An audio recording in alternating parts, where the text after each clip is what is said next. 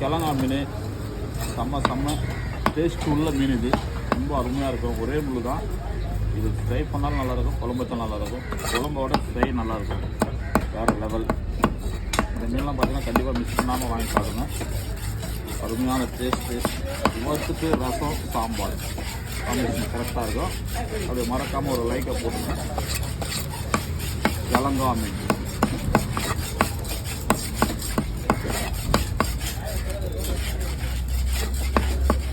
தலையை ஏன் எடுத்துறதுனா லைட்டாக அதில் சிறு கல் இருக்கும், அதனால் அதை எடுத்துடுறோம்.